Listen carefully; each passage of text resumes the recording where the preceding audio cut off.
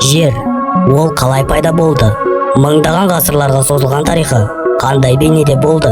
Миллиардтаған жылдар бұрын басталып, біз өмір сүріп жатқан бүгінгі уақытпен жалғасып жатқан жердің тарихын бүгінгі шығарылымда сіздерге ұсынбақпын. Айтқандай, ассалаумағалейкум құрметті көрермен.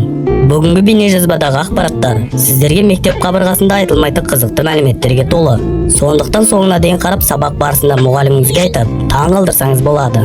Ал егер сіз мектеп қабырғасын бітіріп қойған болсаңыз, онда жай біліміңізді арттыру үшін қараңыз. Ал ендеше уақытты созбай бейнежазбамызды бастайық.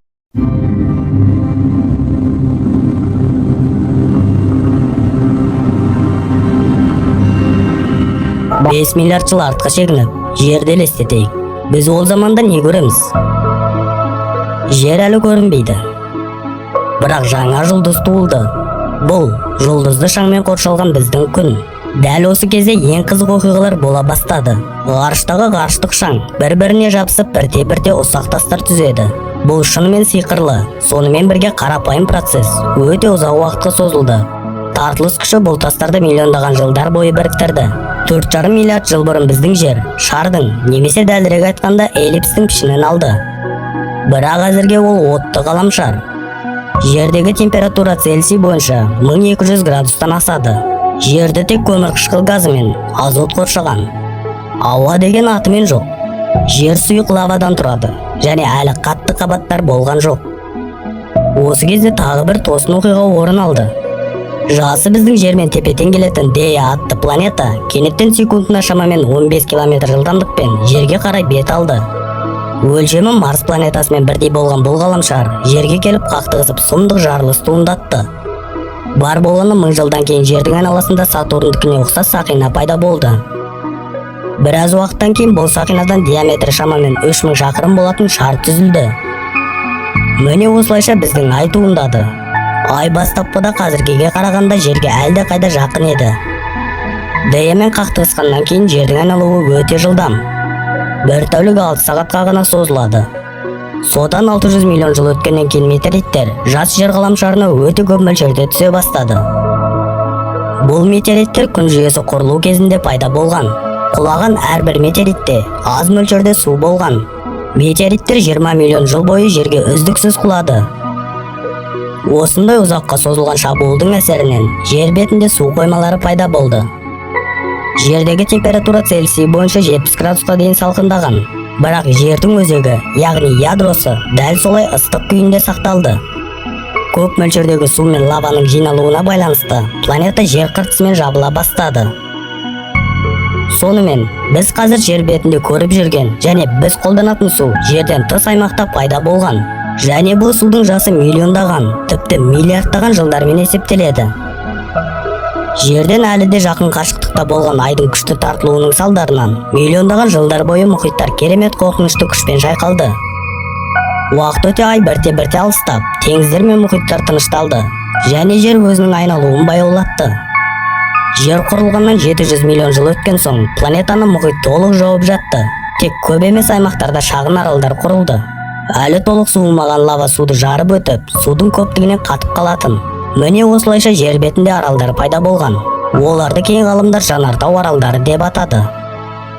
3 миллиард жылдан кейін біздің планетамыз, біз өмір сүріп жатқан планетаға азды көпті ұқсас болған кезде, метеориттер құлауын әлі тоқтатпады. Бірақ олар жерге судан да бөлек керекті заттарды әкелді. Мұхит түбіне құлаған метеориттер сумен және басқа заттармен әрекеттесу кезінде пайда болған әртүрлі химиялық заттарды өндірді.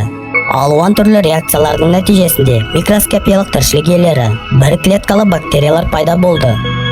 Міне осындай керемет жолмен алғашқы өмір пайда бола бастады. Бұл біздің планетамыздың тарихындағы ең маңызды оқиғалардың бірі. Соған қарамастан жүздеген миллион жылдар бойы бір жасушалы бактериялар мүлдем өзгерген жоқ. Бірақ олардан колониялар біртіндеп құрылды. Строматолиттер.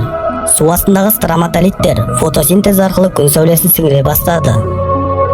Және оның көмегімен көмірқышқыл газын, суды және глюкозаны өңдеп, оттегіге айналдырды. Мұхиттар баяу оттегімен толтырылды.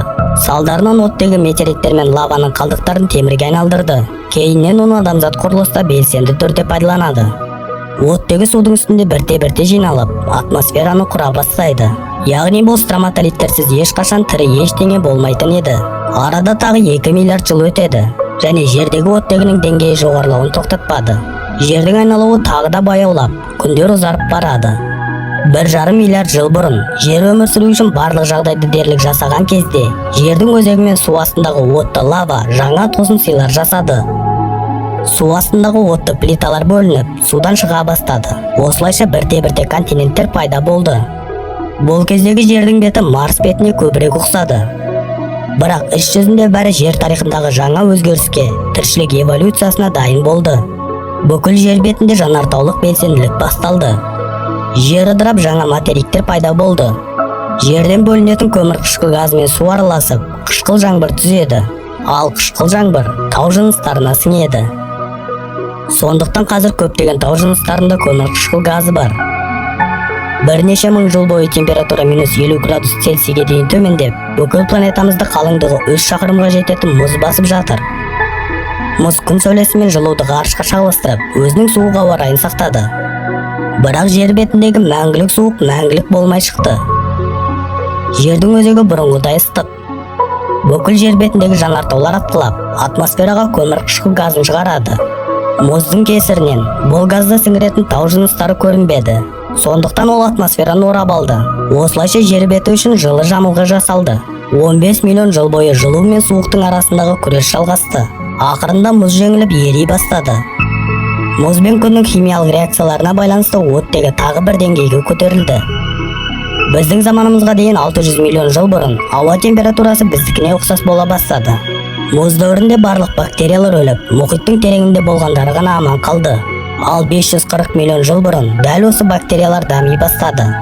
Мұхиттағы оттегі деңгейінің жоғарылауына байланысты бактериялардан алғашқы моллюскалар пайда болды. Олар бірте-бірте көбейді. Ағзаларда біртіндеп сүйек қаңқалары қалыптасты. Алғашқы құрттар, губкалар және трилобиттер пайда болды. Олар алғашқы жәндіктердің алыс туыстары.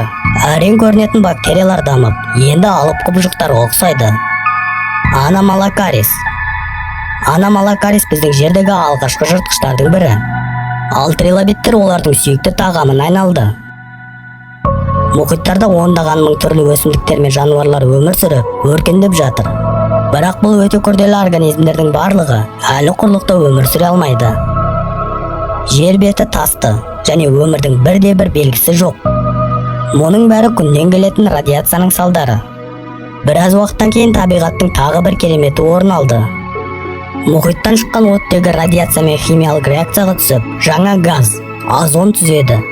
Және озон бірте-бірте бүкіл планетаны жауып, өлімге әкелетін радиацияны сіңіре бастайды. Бұл процесс 120 миллион жылға созылды. Ал озон қабатының қалыңдығы сонша, ол енді радиацияны жер бетіне мүлдем өткізбейді. Содан кейін 375 миллион жыл бұрын жер бетінде алғашқы өсімдіктер пайда болды. Олар да өз кезегінде оттегі бөледі. Ал алғашқы балықтардың бірі сол кезде суда жүзіп жүр. Тикталик қанаттарын табан ретінде пайдаланып, құрлық өсімдіктері көп болған жерде судан шығады. Дәл осы балық 15 миллион жыл бойы баяу 4 аяқты жануарға айналады. Енді ол судан толығымен шығып, құрлықтағы бауырмен жорғалаушы немесе жануарға айналу үшін жеткілікті күшті аяқ қолдарға ие болды. 360 миллион жыл бұрын тіршіліктің теңізден құрлыққа қоныс аударуы басталды. Динозаврлар, құстар мен сүтқоректілер осындай тіршілік иелерінен пайда болды. Және сол заманда мүктер мен алып жапырақтар жерді жауып, шеті мен шегі жоқ ормандар мен джунглилерді құрды. Бірақ бұл тіршілік табиғаттың бастамасы ғана. Бұл тарихтың жалғасын келесі шығарылымда көргіңіз келсе, пікір қалдырыңыз. Егер сізге шығарылым ұнаса, лүпіл басып, біздің арнамызға жазылыңыз. Және шығарылымдарын бірінші болып көру үшін қоңырауды іске қосыңыз. Келесі қызықты бейнежазбада жолыққанша, қош сау болыңыздар.